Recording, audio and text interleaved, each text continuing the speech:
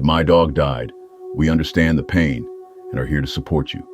Visit us today and find comfort, guidance, and a community that cares. We received a letter from someone who's lost their pet and have allowed us to share their story so that it will help other listeners deal with the loss of their pet. Remember, if you like this video, please support us with a like, subscribe, and share. Hello, friends. I have in my hands a letter from Sarah, a 28-year-old from Half Moon Bay, California. She writes about her dog, Duke, a 5-year-old white shepherd, and the wave of joy and tragedy that swept them both into the hearts of so many along the California coast. Dear Don, I never thought I'd be writing a letter like this. Duke wasn't just my dog.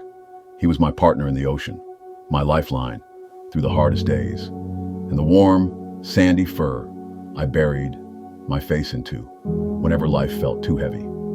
I guess that's why losing him the way I did feels like a part of me is still out there in the water, drifting.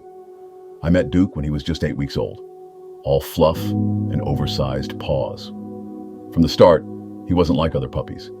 He had this calm, watchful presence, as if he had already seen the world and decided it was worth protecting. But the moment he saw the waves, something lit up in him. I don't know if it was instinct or just pure joy, but Duke would sprint toward the surf like it was calling him home. By the time he was a year old, we were out there almost every day. I'd paddle out on my board, and Duke would balance on the nose like he was born for it. Locals would stop and point, the big white dog with wind in his fur and the Pacific stretching out behind him. He became part of the community. Kids would run up to hug him after a ride, and older surfers would shake their heads, smiling. That dog's got better balance than most of us. But Duke wasn't just a wave chaser. He was my rock. When my dad passed unexpectedly 2 years ago, I stopped going into the water. I stopped doing much of anything. But Duke wouldn't let me stay closed off. He'd bring my wetsuit to the couch, nudging it onto my lap like he was saying, "Come on, let's go live again."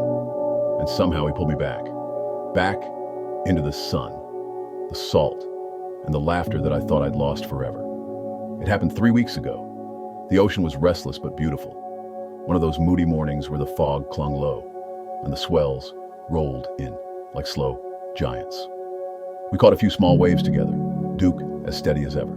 Then I saw it, the perfect set forming further out. We paddled for it, the two of us in sync, like always. The wave was bigger than I judged. It lifted us high, and for a moment it was pure magic. Duke leaning forward, ears back, spray hitting my face. But as it broke, a rogue current caught us. My board flipped, and Duke was thrown. I came up gasping, searching the white water, and then I saw him, struggling, caught in the pull. I swam as hard as I could, but the wave closed over us again. When I finally reached him, his body was limp.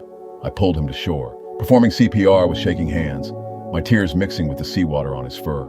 A lifeguard came running, but it was too late. The ocean had taken him back. Don, I don't know how to explain the silence that followed. My house feels too big now. My mornings, too still. Even the beach feels different without him bounding ahead. But in the middle of that grief, I found your site, mydogdied.com. I read stories from people who loved and lost just as fiercely. And it felt like someone was sitting beside me holding my hand in the dark.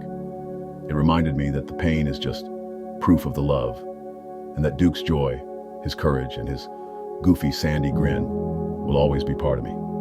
Thank you for giving people like me a place to grieve and remember. Duke was 1 in a million, and I hope someone reading this will think of him the next time they see a wave breaking and smile. Thank you for being there.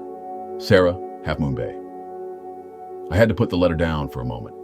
Sarah's words carried me straight to that foggy beach, to the sound of the surf, and to the stillness that follows when the ocean has claimed what it wants. Duke wasn't just a dog. He was a spirit the sea itself seemed to admire. I could see him in my mind, steady on the board, ears pricked forward, eyes fixed on the horizon like he was chasing something far beyond what we could see. Sarah's loss is sharp and sudden, but her memories are full of motion, light, and salt air. That's the gift Duke left her, the courage to keep paddling out, even when the water is cold and the waves are high. And maybe, on some far-off morning, Sarah will feel him again, not in the leash in her hand, but in the way the wind shifts, the way the tide carries her, and in the quiet certainty that love once given, never really leaves. Your love for your pet never fades, and neither should your support.